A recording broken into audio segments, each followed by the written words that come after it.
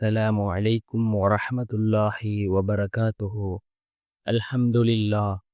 الحمد لله الذي نحمده ونستعينه ونستغفره ونؤمن به ونتوكل عليه. أما بعد.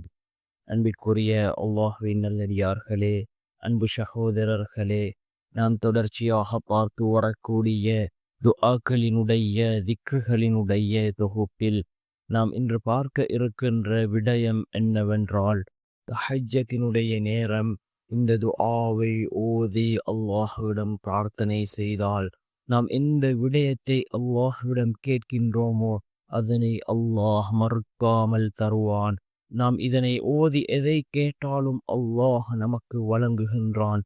அந்த அளவுக்கு சிறந்த அற்புதமான ஒரு துஆவை தான் நாம் இன்றைய வீடியோவில் பார்க்க இருக்கின்றோம். அன்பார்ந்தவர்களே, அல்லாஹ்வின் நல்லடியார்களே, அதிகமானோர் நம்முடைய சேனலை சப்ஸ்கிரைப் செய்யாமல் பார்த்து கொண்டிருக்கின்றீர்கள்.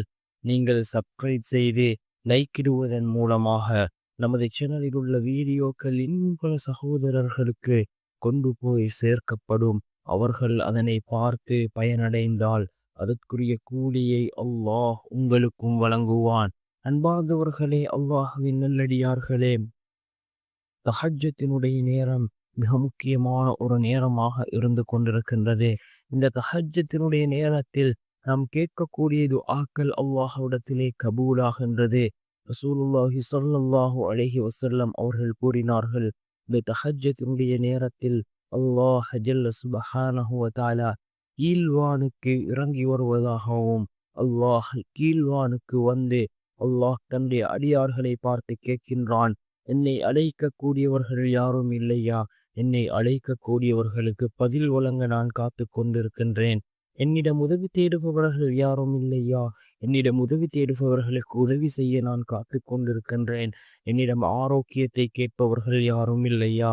ஆரோக்கியத்தை கேட்பவர்களுக்கு ஆரோக்கியத்தை வழங்க நான் காத்து கொண்டிருக்கின்றேன் என்று அல்லாஹ் கீழ்வானுக்கு வந்து கூறுவதாக அல்லாஹினுடைய தூதர் ஸல்லல்லாஹு அலைஹி வஸல்லம் அவர்கள் கூறினார்கள்.